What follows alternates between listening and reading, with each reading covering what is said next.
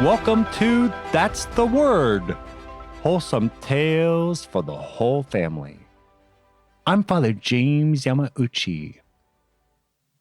Today's story: paperwork is a pain. Make out the signature. Turn the page. Make out the signature. Turn the page. Yet another signature. Turn the page. Paperwork is such a pain. Signature after signature, agreeing to this thing and that, muddled in mounds of technical jargon. Make out a signature. Turn the page. The men sat around the table, signing away. Each had a stack of papers in front of him, waiting to be signed. At this point, they had signed so many documents, they had ceased to read what they were signing, which you should never do. They knew that they needed to finish this paperwork. In such a dangerous profession, they needed insurance for their families in case anything happened to them. No one likes to think about death, but that's part of a man's duty, to provide for his house. Make out a signature. Turn the page. This paperwork felt like it was taking forever to complete. The men spent a month filling out all the necessary signatures. Finally, they finished going through the documents and gave them to a trusted friend.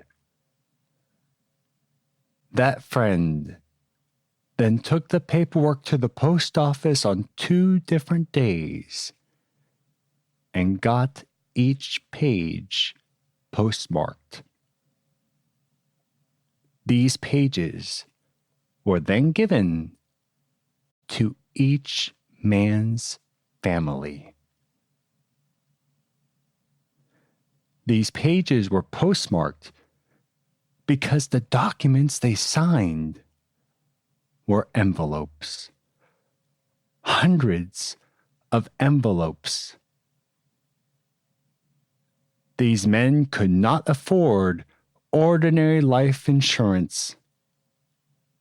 Their job was simply too dangerous. So they banked on their fame. If something went wrong, and one or all of them lost their lives, their signatures, signed on envelopes, postmarked with the dates that they set out on their mission, and when they arrived at their destination, would become incredibly valuable to collectors. Those envelopes could then be sold by their families, so the men could provide for them from beyond the grave. Fortunately, this life insurance was never used. The men completed their mission and returned home to their families safely, in spite of the danger of making one giant leap for mankind. the men named Michael Collins, Buzz Aldrin, and Neil Armstrong,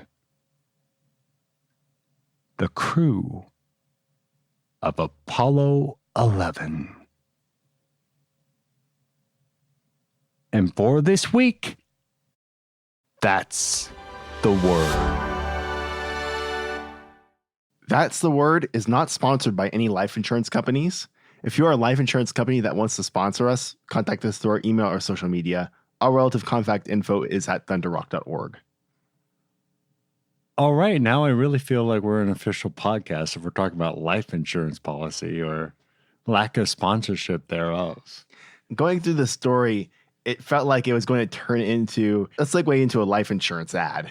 I don't know if any of the astronauts were Catholic because I wonder what the Knights of Columbus insurance policy would have provided. We just had a little break from the afterward to do a little research, and we found out Michael Collins was not Catholic. He was Episcopalian, but his wife did come from a staunchly Roman Catholic family. Some follow-up here for trivia questions. Shout out to Sue and Ray and Kathy, sort of, for getting the trivia answer to He'd Never Learn. Ray and Kathy, I did tell you that y'all didn't get it right, but you were sort of right. There's some gray area in there. I'll email you and talk about that. The ninth day, Sue, Ann, John, and brothers Ryan and Evan all got the answer correct. If you are not beatified yet, you need 2 miracles. The first miracle for beatification can be substituted for martyrdom, or there's some other circumstances around that. Canonization requires an additional miracle. So 2 total for the whole process. The trivia question for this story is, where on the moon did Neil Armstrong and Buzz Aldrin land? That's a good question. I've always been fascinated by space. I recall a few years ago, I was watching a documentary on space. I can't remember if it was on the Hubble telescope or I think it was just on the planets. And I just thought of the fact that how quiet space is. And think of the vast space that's out there. And how often we live in such a noisy world and we're just on one planet in one solar system, where in one galaxy out of many. And just I don't know, just something touched me about the silence of space. If you were offered a seat, would you go to space? I don't know, because I don't know how you can turn that down, but I don't even like roller coasters. How about you? Totally. You would turn it down? No, I would totally go for it. I mean, if somebody offered it, I think I would. It's not so much going up to space in the sense of being in space. I think it's just the process of getting there. I think once I'm up there, I would enjoy it. It's, again, I'm not a big roller coaster fan. So just the idea of being on this rocket that just kind of shoots you up, that would be exhilarating, but that's just not for me. It's only 3 minutes or so. I guess what you can offer that up then. If you enjoy That's the Word, please share the word. You can see the story extras for this story, Paperwork is a Pain, at thunderrock.org, where you can see an example of an Apollo 11 insurance cover. Thunderrock.org is also where you can sign up for our weekly newsletter and where you can find our social links and our email if you have any feedback or story ideas.